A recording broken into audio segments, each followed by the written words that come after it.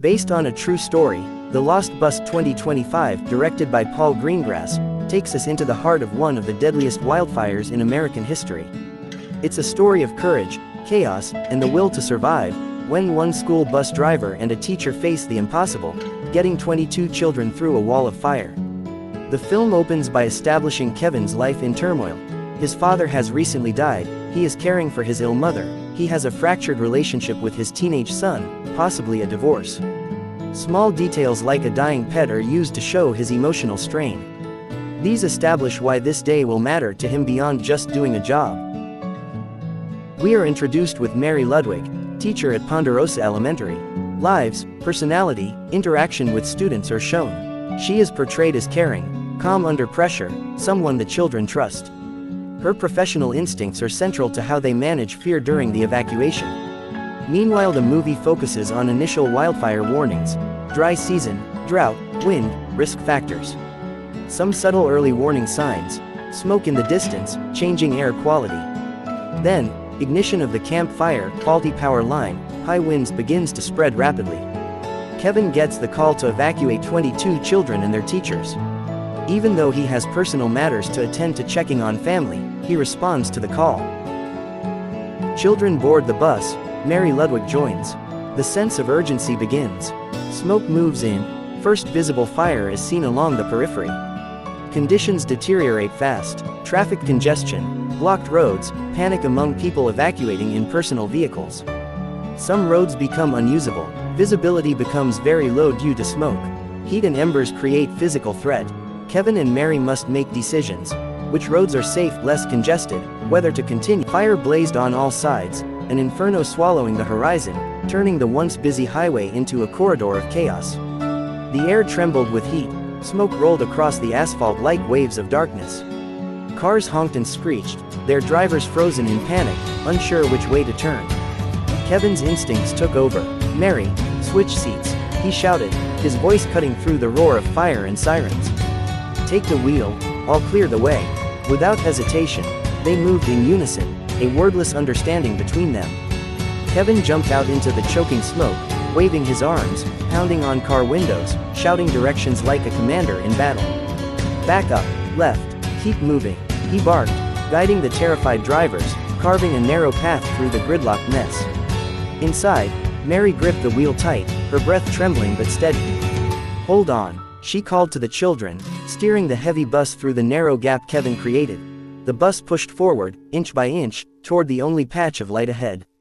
Through the flames, their eyes met, Kevin outside, drenched in sweat and soot, signaling her to move, Mary inside, fighting the smoke and fear with every turn. Together, they became motion amid paralysis, courage amid chaos. And as the bus broke free from the wall of burning cars, the inferno roared behind them, but ahead lay a narrow road, clear and shining with the promise of survival. The bus roared forward, tires screaming against the scorched asphalt. The world outside was fire and fury.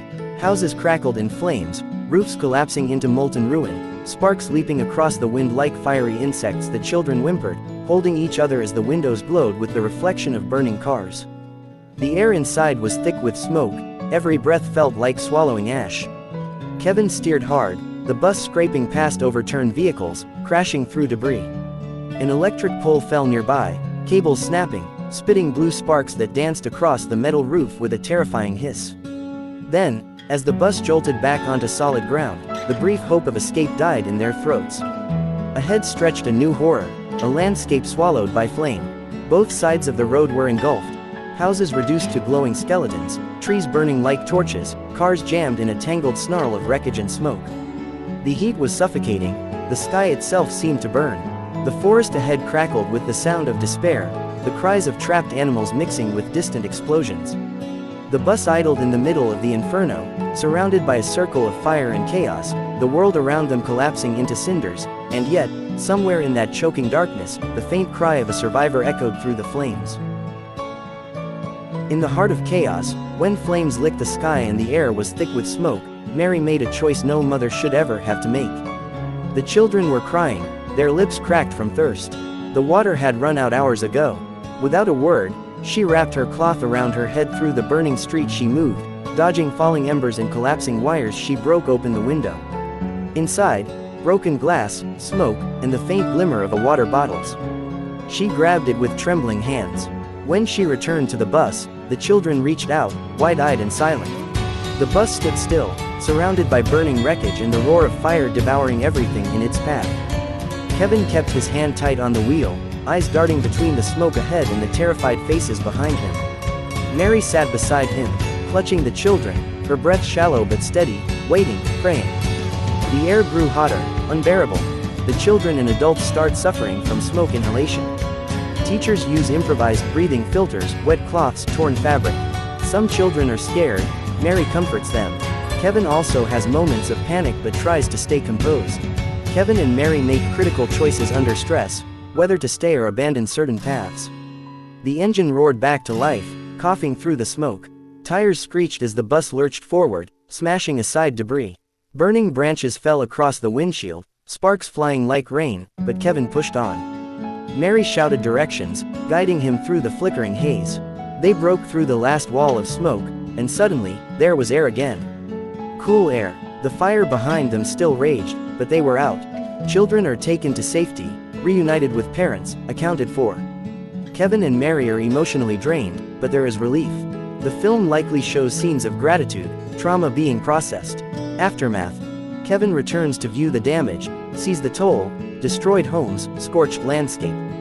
He must reconcile what's lost. His relationship with family potentially improved or at least more grounded. Martha. His mother perhaps with health issues. The movie ends with Kevin uniting with his son,